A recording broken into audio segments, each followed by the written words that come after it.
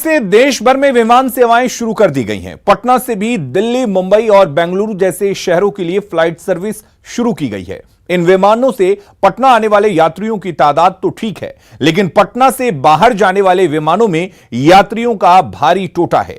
जितने हवाई यात्री पटना पहुंच रहे हैं, उससे आधी संख्या में भी यात्री बाहर नहीं जा रहे हैं। पटना एयरपोर्ट का जायजा लिया है हमारे संवाददाता साकेत कुमार ने। देश भर में विमान सेवा शुरू हो चुकी है और पटना में कई शहरों से फ्लाइटें आ रही है और यहां से जा भी रही है। लेकिन एक जो आंकड़ा है वो ये बता रहा है कि जो बाहर से लोग बिहार तो आ रहे हैं, पटना आ रहे हैं, लेकिन पटना से जो दूसरे शहरों के लिए जो फ्लाइटें चल रही है उसमें न के बराबर पैसेंजर है। आधे पैसेंजर को लेकर यहां से फ्लाइटें जा रही है, यानी कि लोग परहेज कर रहे हैं बाहर दूसरे राज्यों में जाने से, क्योंकि जिस तरह से कोरोना की मार है उसके बाद लोग डरे हुए हैं। ये देखिए आप, एग्जिट पॉइंट है ये, और यहाँ पर खाली आपको आने वाले जो लोग हैं वो दिखेंगे, भीड़ दिखेगी, लेकिन जो एंट्री पॉइंट है वहाँ पर बहुत भीड़ नहीं है। आपको मैं आंकड़ा बता दें कि 25 मई को 1570 यात्री बिहार आए थे, पटना आए थे फ्लाइट से, और 789 लोग ही यहाँ से गए थे। उसी तरह 26 मई को 1451 जो पैसेंजर्स हैं वो पटना आए थे और 584 पैसेंजर ही यहाँ से टिकट कटाकर दूसरे राज्यों में, दूसरे शहरों में गए थे। इसी तरह आज का आंकड़ा है 1728 लोग अब तक आए हैं, लेकिन जाने वाले 687 लोग ही हैं। यानी कि जो फ्लाइटें पटना से बाहर जा रही हैं उसमें आधे पैसेंजर्स भी नहीं हो रहे हैं। आप समझिए करीब कई शहरों के लिए फ्लाइट सेवा शुरू हो चुकी है, लेकिन भीड़ जो है वो जाने वाले जो फ्लाइट है उसमें कम ही दिख रहा है। हम कुछ लोगों से बात करते हैं। आप पटना के ही हैं? जी।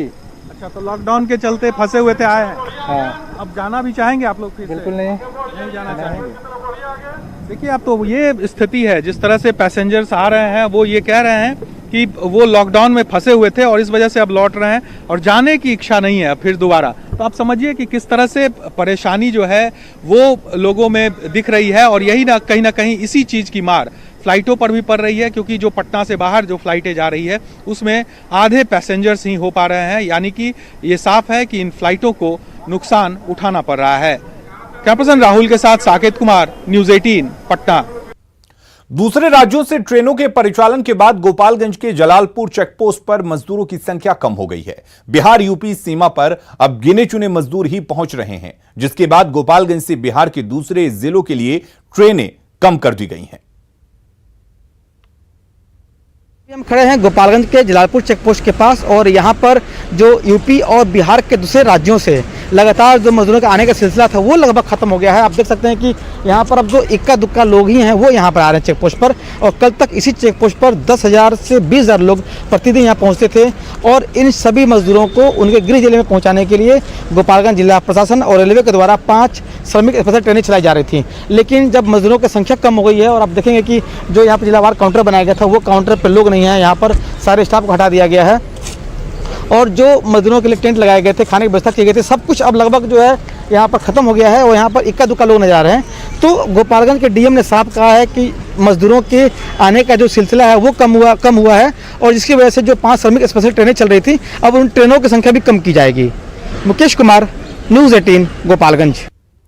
कोरोना से बचाव को लेकर स्वास्थ्य विभाग की तरफ से जारी गाइडलाइन का अनुपालन दानापुर रेल मंडल कार्यालय में किया जा रहा है। सभी कर्मचारियों की थर्मल स्क्रीनिंग की जा रही है, साथ ही पूरे परिसर को सैनिटाइज किया जा रहा है। देखिए ये रिपोर्ट। ये दानापुर डीआरएम कार्यालय है, देख सकते हैं यहाँ पे मंडल रेल प्रबंधन कार्यालय दानापुर मंडल पूर्व रेलवे का ये कार्यालय है, और यहाँ पे जो है आए दिन जब से ये कार्यालय पूर्ण रूप से संचालित होना शुरू हुआ है, तो यहाँ पे सैनिटाइजेशन का काम जो है वो शुरू हो चुका है, और लगातार इस तरह से सैनिटाइजेशन किया जा रहा है। जो कर्मी हैं उनकी थर्मल स्क्रीनिंग की जाती है। यहाँ आते हैं, सबका करते हैं। से आपको यहाँ रखा गया है, रेलवे की ही आप? रेलवे से हैं। रेलवे अस्पताल से आई हैं, और ये बता रही हैं कि यहाँ पे सभी लोगों का थर्मल स्क्रीनिंग किया जाता है, और सबसे बड़ी बात है कि सोशल डिस्टेंस उसका अनुपालन यहाँ किया जाता है। आप देख सकते हैं कि वो सर्किल बनाया गया है, और एक एक सर्किल में लोगों को आकर के खड़ा होना होता है, और उसके बाद उनकी थर्मल स्कैनिंग की जाती है। पूरे तौर पे कर सकते हैं कि कोरोना से बचने को लेकर के जो गाइडलाइन जारी किया गया है स्वास्थ्य विभाग की तरफ से, उसका यहाँ पे अनुपालन किया जा रहा है। चाहे यहाँ पे डीआरएम हो या रेलवे के कोई भी स्टाफ, सभी को इस प्रक्रिया से गुजरना पड़ रहा है। बिना गुजरे हुए किसी को कार्यालय में जाने की अनुमति नहीं है, जो कहीं न कहीं इस बात को तस्दीक करती है कि रेल मंत्रालय, रेल विभाग जो है वो पूरी तरह से सजग है कोरोना से बचने को लेकर के और अपने कर्मियों को बचाने के लिए। कैमरा पर्सन सुबोध के साथ अमित।